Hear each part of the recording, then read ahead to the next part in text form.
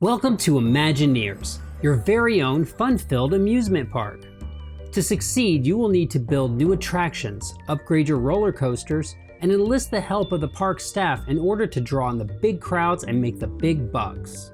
In the end though, it's fame that truly determines who is the greatest Imagineer among you. Before you start your amusement park empire, let's first learn how to set up and play the game.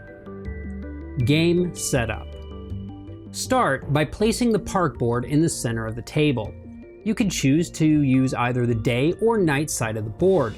In this example, I'm going to use the day side.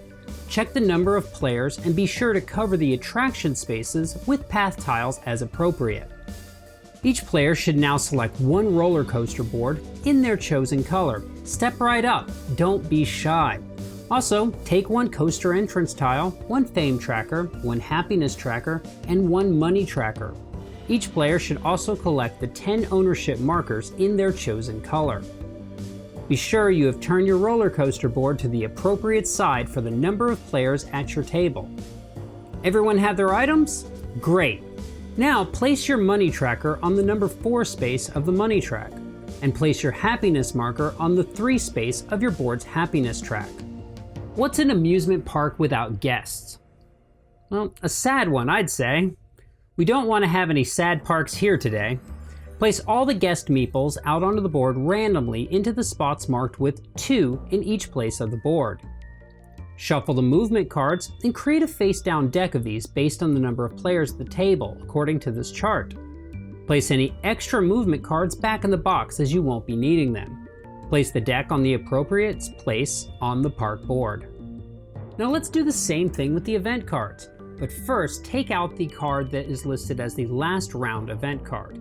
Shuffle the rest of the deck, forming a face-down deck, again according to the number of players according to this chart. Return the extra cards to the box. Take the bottom 2 cards of the deck and shuffle them with that last round card that was set aside a moment ago. Place these back at the bottom and place the deck on the appropriate spot on the park board. Now let's get the park tiles situated, shall we? Divide the tiles into 2 equal stacks and shuffle each stack. Create one stack with the attraction side face up and create the other stack with the coaster upgrade side up. Place these near the park board within easy reach of all players at the table. It's time to determine the first player. First, determine who at the table was last in an amusement park. This player will collect the fame markers of all the players into their hand and then will randomly place them down in a stack on the 0 space of the fame track. The player whose marker winds up on top takes the first player marker. This will be the first player with play proceeding clockwise from there. We only have 2 more setup steps left. I can feel the excitement in the air. In reverse player order, starting with the last player, players will choose on one of the pre-printed red attraction spaces on the board and place your roller coaster entrance tile on it.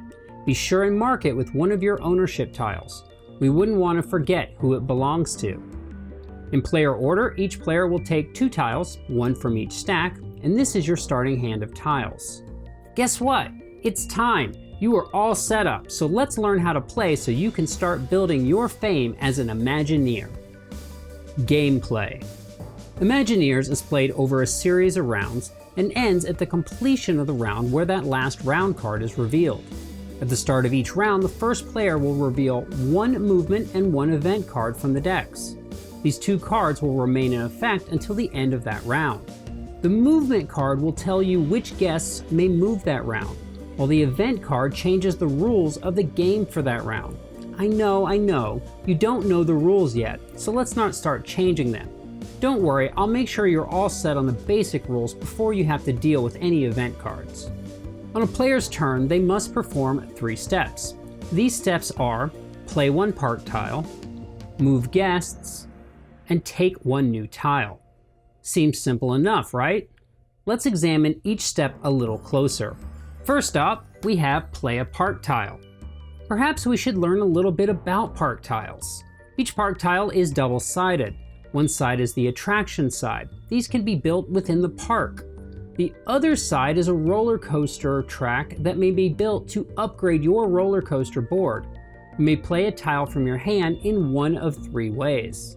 These ways are to build an attraction, upgrade your roller coaster, or perform a staff action. To build an attraction, simply place that tile attraction side up on any empty space of the park board. You will then need to pay its cost, which is shown in the upper left-hand side. To do this, simply move your money tracker down the correct number of spaces. Be sure to mark your new attraction with an ownership marker so everyone knows it's you who imagined it. If there are no empty spaces on the board, you may select one of your opponent's attractions and pay the cost to that opponent to deconstruct it. Then build one of your own on that space like normal. Attractions come in 3 types with unique colors and backgrounds. They are water, family, and thrill attractions. Guests in the park prefer specific types of attractions. Myself, I prefer thrill attractions. We will look at the anatomy of these tiles a little later in this video as we move through. Don't like this option? Well, it's a good thing you have other ones. You can upgrade your roller coaster. Place a tile with the coaster upgrade side onto your roller coaster player board into an empty spot and then pay the cost printed. This is located in the same place as it was on the attraction side of the tile. We'll look at these tiles a little bit as we move on as well. Before explaining staff actions, I want to make sure you understand an important rule of Imagineers. Attractions are rides on the park board and not your roller coasters. Any action that affects attractions does not affect roller coasters. With that out of the way, let's discuss performing staff actions. You can choose from one of 3 staff actions by discarding a tile from your hand back to the game box. These actions are vendor, janitor, and performer. Vendors give you money, $5 in fact, but you should be mindful that the money track maxes out at $10 and you can never have more than this. Anything gained in excess is simply loss. Janitors, while not as glamorous, perform an important role in running a successful amusement park. Visitors are bound to make messes and someone has to clean it up. I'm not doing it. When taking the janitor action, place the mess token on any space that does not lead to a roller coaster entrance. If it is already on another space, it will be moved. Immediately move all guests from the affected space clockwise, dropping 1 guest at a time on the next path space with 3 or fewer guests until you've moved all the guests from the messy area. Note that guests moved this way do not enter attractions and score no money, fame, or happiness for obvious reasons, I should hope. The mess token will get removed after the janitor finishes cleaning it up, which is always at the beginning of the next round. The mess token affects guest movement as well, but I'll get to that a little later. For the performer action, move 1 guest in the park to a different park space. Something has caught their attention, they just must see it. The guest may not move onto a path that already has 4 guests on it, and definitely not into a space with a mess token. Whew, that was a lot of information. If you need to take a break and get yourself a snack, I'm sure one of the vendors in the park could help you out. It's time for the guests to move.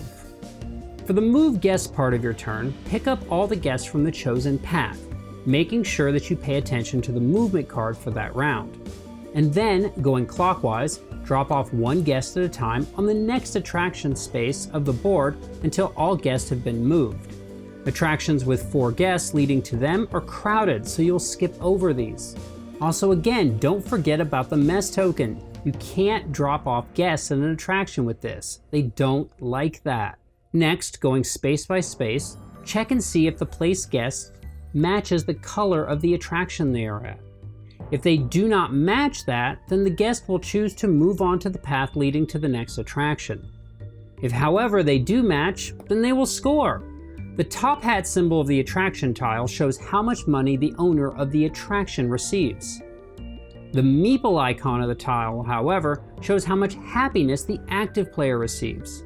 I told you we'd take a look at these a little later. You may be wondering right now what happiness is for. Well, the happiness tracker goes from 1 to 5, and as you can see, it wraps from 5 to 1. Anytime you go past 5, you receive 1 fame point.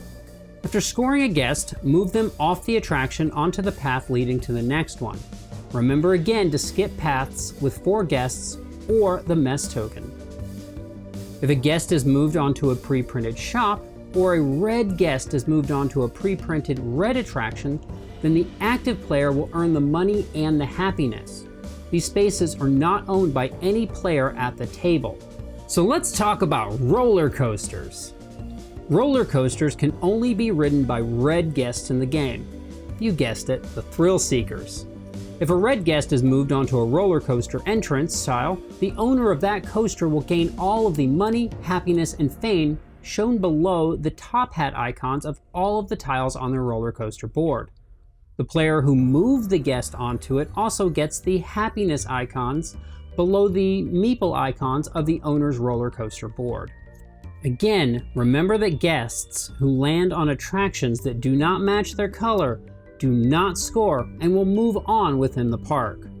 Once guests have been moved, and hopefully you've gained some rewards, it's time to move to the final step of a turn. Take a tile. Simply pick one tile from either of the stacks near the board and add it to your hand. This means you will always have 2 tiles in your hand on your turn to choose from. Simple, right? Play now passes to the next player.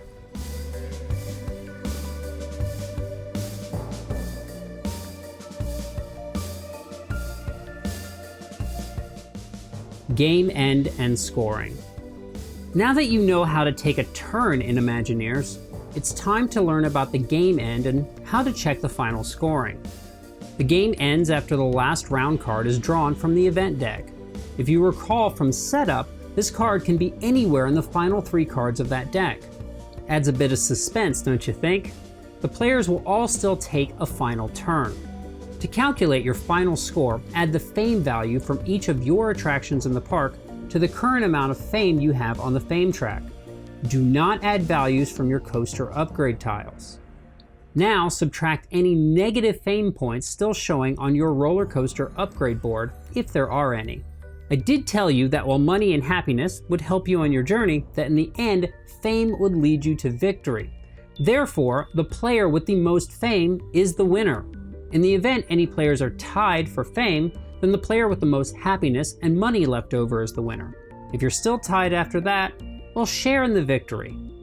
I hope you have found this how to play for Imagineers helpful and informative.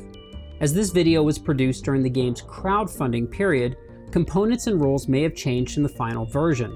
Please refer to your most recent rulebook for any updates. Thank you for watching.